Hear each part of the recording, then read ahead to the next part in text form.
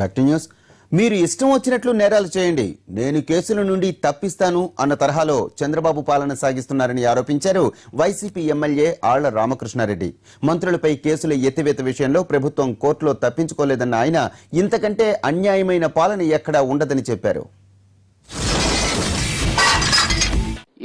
చంద్రబాబు నాయుడు గారు ఇచ్చినటువంటి సందేశం ఏంటంటే, మీరు మీ ఇష్టం వచ్చిన పనులు చేసేసేయండి, మీరు మీ ఇష్టం వచ్చినట్టు లూటీలు చేయండి, మీరు మీ ఇష్టం వచ్చినట్టు అత్యాచారాలు చేయండి, మీరు మీ ఇష్టం వచ్చినట్టు హత్యా ప్రయత్నాలు చేయండి, నేనుండాను మిమ్మల్ని ఇలాంటి జీవోలు ఇచ్చి కాపాడటానికి అన్నట్టుగా ఈ రోజున సమాజానికి సందేశం ఇస్తా ఇలాంటి జీవోల్ని విడుదల చేయించడం అనేది అన్యాయం, దారుణం.